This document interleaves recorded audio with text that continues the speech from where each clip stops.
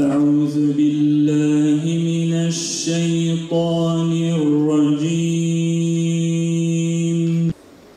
بسم الله الرحمن الرحيم.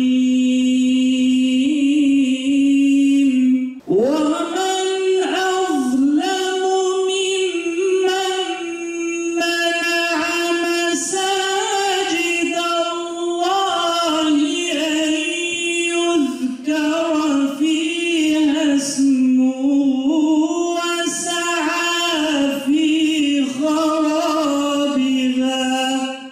أولئك ما كان لهم أن يدخلوها إلا خائفين.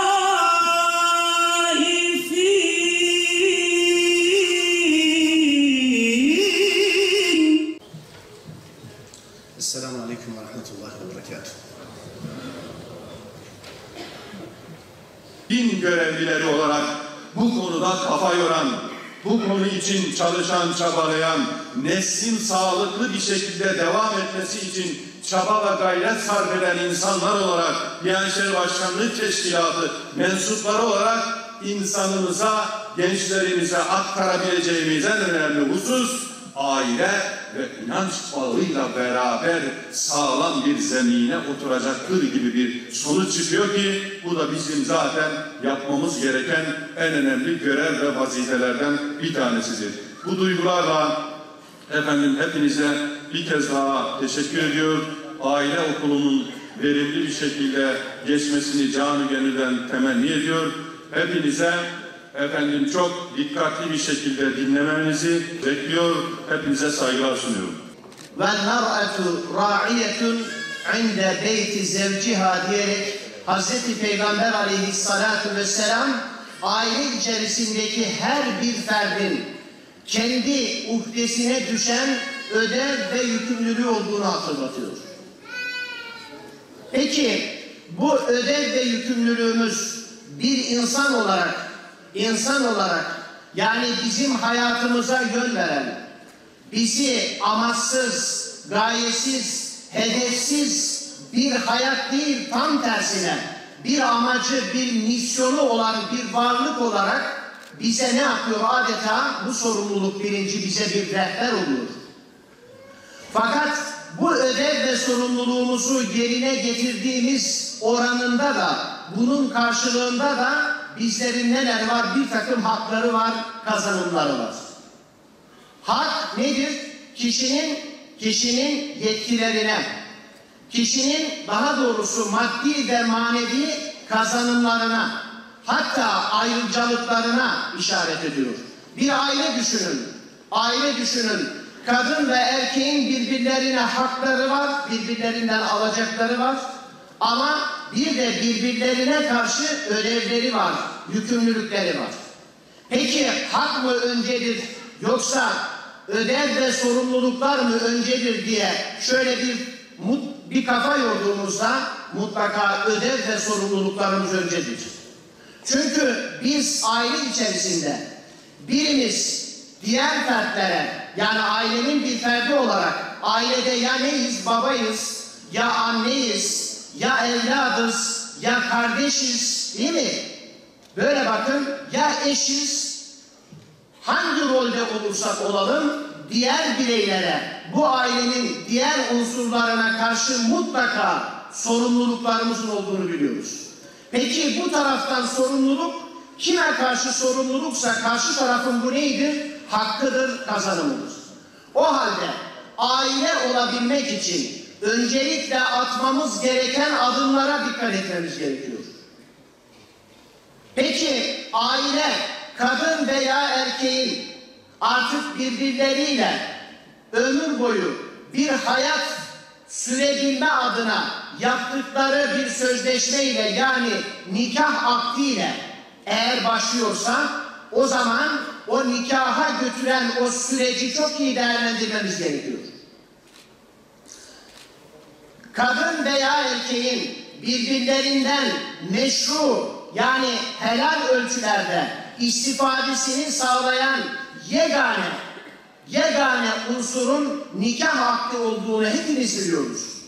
Peki acaba bu istifadeyi ömür boyu huzur ve mutluluk içerisinde sürdürebilmek için de mutlaka tedbir almamız gerektiğini de biliyoruz. Onun için evlilikten önce biz madem konumuz Kur'an ve sünnet perspektifinde aile olabilmek, hatta aile olabilmek kolay, aile kalabilmek belki biraz zor. Bunu sağlamaya çalışıyorsak o halde bu konuda Hz. Peygamber aleyhissalatu vesselam Efendimizin Allah'tan aldığı o vahiy ilahi ışığı altında acaba biz de bu konunun en iyi, daha doğrusu müdavimleri olarak, olayın takipçisi olarak Allah'ın kitabını, Peygamber aleyhissalatu vesselam Efendimizin sahih sünnetini biz biliyorsak veya biz bildiğimizde yaşıyor, bunu da topluma aktarmak gibi bir görevimiz, bir misyonumuz varsa herhalde bunun en iyi idrakında olan bizleriz.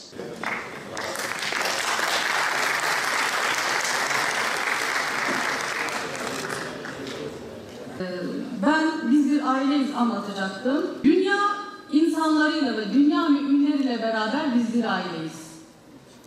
Mümin erkekler ve mümin kadınlar birbirlerinin velisidir. İyiliği emreder, kötülükten men ederler. Hiçbir zaman her ikisi kadınlar, erkekler birbirlerinin rakibi olmamıştır. Allah katında her ikisi birbirine destek, bir hayırlı işlerde yarış ve bir bütün olmayı dilemişlerdir. Bunun köstekleri de var biliyorsunuz. Tebbet yeda Ebi Leheb'de olduğu gibi kötü işlerde kadınlar ve erkekler, eşler birbirlerine yardım ederlerse o zaman da beraber cehenneme odun taşırlar. Bunu da unutmayalım. Kötülükte birbirlerinize destekleyin, hayırlı işlerde, doğrularda, bir hata yaptığımda hemen eşimin uyarmasıyla evet ben bunu unuttum diye bunları devam etmemiz gereken bir hayatımız var. Müminlerin diğer Müslümanlarla ilişkisi de birbirlerine kenetlenmiş bir binanın tuğlaları gibidir. Tuğlalardan bir parça eksik olsa ne olur? Soğuk gelir, yağmur gelir, cereyan yapar. En önemlisi de burada bir grup din görevlisi kendimizi, bilgimizi tazeliyoruz aslında. Çoğumuz bu konuları biliyoruz. Konuları bir kere daha gündeme getiriyoruz. Bilgimizi tazeliyoruz. Mahremiyetimiz bozulur. İşte müminlerin hepsi bir binanın tuğlaları gibidir. Her bir tuğla bizim için çok kıymetlidir. Diyanet İşleri Başkanlığı olarak da 140 bini aşkın personel ve biz büyük bir aileyiz arkadaşlar. Peki kurumsal sorumluluk ve aidiyet bilinci için emanet ve ehliyete, temsil ve liyakata, sadakat ve samimiyete, erdem ve şahsiyete ihtiyacımız vardır. Şimdi Diyanet ailesinin de bozulmaması için emanet, sadakat, samimiyet, erdem, şahsiyet ve temsil kabiliyetine, temsil niteliğine ihtiyacımız vardır. O yüzden birisi aramızda bir hata yaparsa lütfen arkadaşım bu bak hocaya yakışmıyor.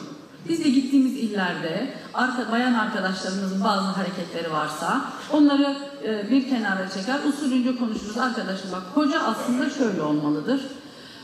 Aynı şekilde erkek görevlilerimiz için müftilerimiz kardeşim, hocam, hoca aslında böyle olmalıdır diye temsil kabiliyetini bozan durumlardan sakınmamız gerekiyor.